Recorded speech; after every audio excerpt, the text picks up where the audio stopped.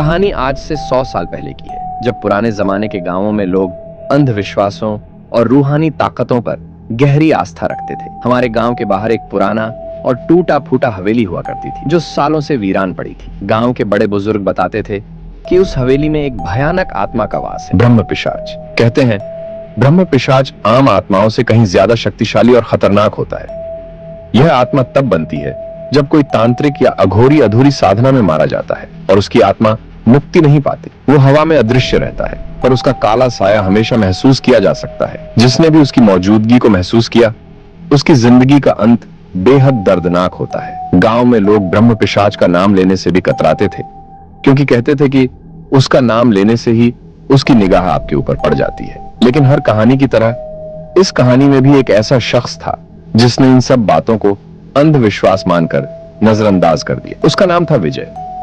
विजय एक युवा था जो शहर से पढ़ाई करके गांव लौटा था। उसे इन प्राचीन कहानियों पर यकीन नहीं था।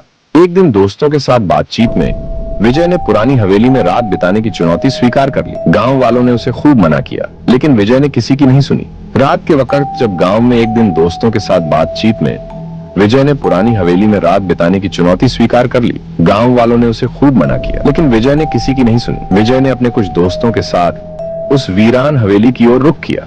हवेली तक पहुंचते पहुंचते ठंडी हवा के झोंके तेज हो गए और चारों ओर अजीब सा सन्नाटा छा गया। हवेली का दरवाजा चरमराते हुए खुला, जैसे उसकी आत्मा तक भी शाप चुकी हो। हवेली के अंदर दाखिल होते ही सबने महसूस किया कि जैसे वक्त वहीं ठहर गया हो। हर कोने में धूल और मकड़ियों के जाले थे और एक अजीब सी घुटन चारों ओर फैली हुई थी। विजय ने हंसते हुए कहा, यहाँ तो कुछ भी नहीं है, सब बेवजह डरते हैं। लेकिन तभी हवेली की एक पुरानी पेंटिंग से अजीब सी आवाज आने लगी। किसी और को आवाज सुनाई नहीं दी, पर विजय ने साफ सुना था। वो पास गया और देखा कि पेंटिंग पर एक आंख धीरे धीरे हिल रही थी, उसकी तरफ देख रही थी। विजय घबरा गया और उसने दोस्तों के सामने अपने डर को छुपा लिया। रात के कुछ घंटे बीत चुके थे। अचानक हवेली के अंदर हवा रुक गई, जैसे किसी ने उसकी सांसें रोक दी हो। विजय को लगा कि जैसे कोई साया उसके पीछे खड़ा है।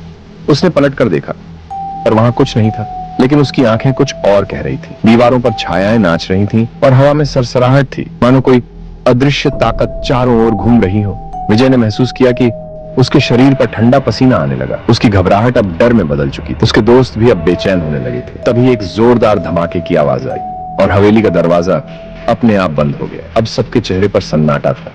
अचानक हवेली की दीवारों पर खून के निशान उभरने लगे। कोई अदृश्य ताकत विजय की ओर बढ़ रही थी। विजय ने भागने की कोशिश की, लेकिन उसके पैर जैसे जमीन से चिपक गए। उसकी आंखों के सामने अंधेरा छाने लगा और तभी उसने महसूस किया कि कोई उसके गले पर हाथ रख रहा है, जैसे कोई उसे धीरे धीरे घोंट रहा हो। विजय के दोस्तों ने चिल्लाना शुरू कर दिया, लेकिन विजय अब उनकी आवाज भी नहीं सुन पा रहा। उसकी आंखों में अब सिर्फ वही साया था, ब्रह्म पिशाच। उसका चेहरा विकृत था और उसकी आंखों में जलती हुई लाल आग थी। उसने विजय की आत्मा को अपनी गिरफ्त में ले लिया। सुबह गांव के लोग हवेली पहुंचे, लेकिन विजय और उसके दोस्तों का कोई निशान नहीं मिला। कहते हैं हवेली के अंदर से एक तेज चीख सुनाई दी थी और उसके बाद एक गहरा सन्नाटा। वो सन्नाटा आज भी हवेली के आसपास महसूस किया जा सकता है। कहते हैं उस दिन के बाद से जिसने भी उस हवेली के पास जाने की हिम्मत की, वो वापस कभी नहीं लौटा। हवेली आज भी वहीं खड़ी है, इंतजार करती हुई एक और शिकार का। तो अगर आप कभी किसी पुरानी हवेली के पास से गुजरें तो ध्यान रखें, शायद वहां भी किसी ब्रह्म पिशाच का इंतजार हो।